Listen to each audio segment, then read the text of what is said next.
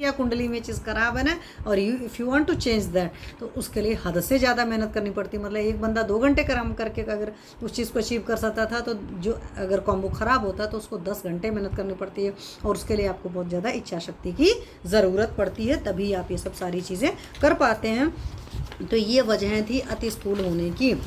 अब यहीं पर एक चीज़ और बात करेंगे, अति स्थूल मरीज को लक्षण क्या होंगे।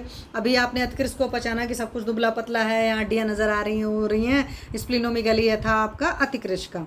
अति स्थूल का क्या है, मेदस्तु अतीव समृद्ध सहसे अनिलादया, तो बढ़ता क्यों है कि अनिल वगैरह अंदर बढ़ जाता है, जिसकी वजह से भूख प्यास ज़्यादा लगता है, वायु अंदर अंदर ही टलती रहती। विकारान दारुणान कृत्वा नाशयन्ति आसु जीवितम, तो ये सारी चीज़ें जब अंदर टलती घूमती रहती तो अग्नि भी ज़्यादा बढ़ा देती, भूख प्यास लगती है, वो भी वजह बताया, और एज भी कम हो जाती है।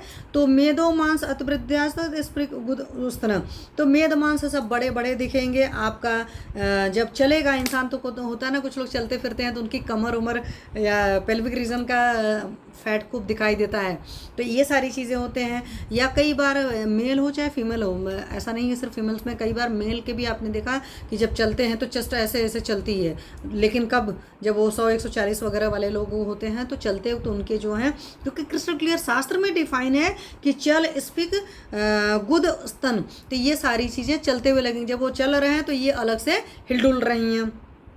अयथा उपचार उत्साह कुछ भी नहीं होगा, उनकी जो उपचय है ये सब सारी चीज़ें बहुत कम होगी।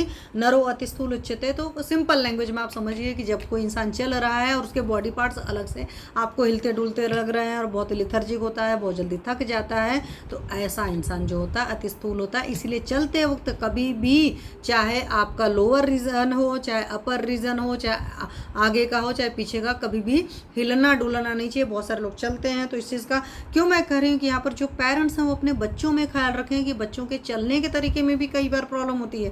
क्यों मैं बता रही हूँ, मैंने इस तरह के पेशेंट्स को काफ़ी कम ऐसे देखा हुआ है।